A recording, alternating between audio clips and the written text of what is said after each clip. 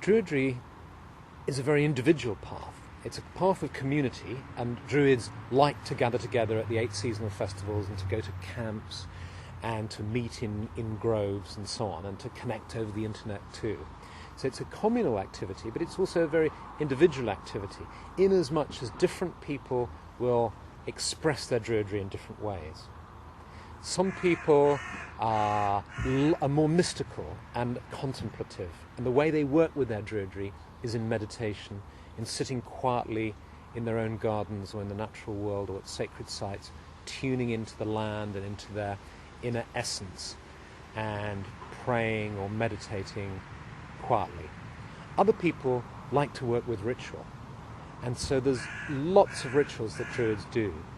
And these rituals are rites of passage, for instance, when children are named or at birth, funerals, hand fastings or weddings, and so on. But there are also simple rituals that they do to connect with the elements, for example, for when planting sacred groves, when planting trees, for blessing people, for healing, and so on. And the idea of Druidry is it's a hands-on spiritual way, or magical path. It's a roll your sleeves up, put your hands in the mud and the earth kind of spirituality. It's not a ready-made religion where you turn up once a week to get a meal in the restaurant. You're actually in the kitchen, to use that kind of analogy. By that I mean that the ingredients are there for us, but it's up to us how we combine them. And part of training in Druidry, if you like, and one of the trainings that we do in the Order, for instance, is to get people familiar with the variety of rituals that you can perform, the elements of ritual, and the natural ingredients that you can use, the plant law, the star law, the animal law, the components of ritual, and so on. And then you can start to combine them in different ways to suit different circumstances. Because, for instance, a friend might ask you to bless their home. They might have moved into a new house.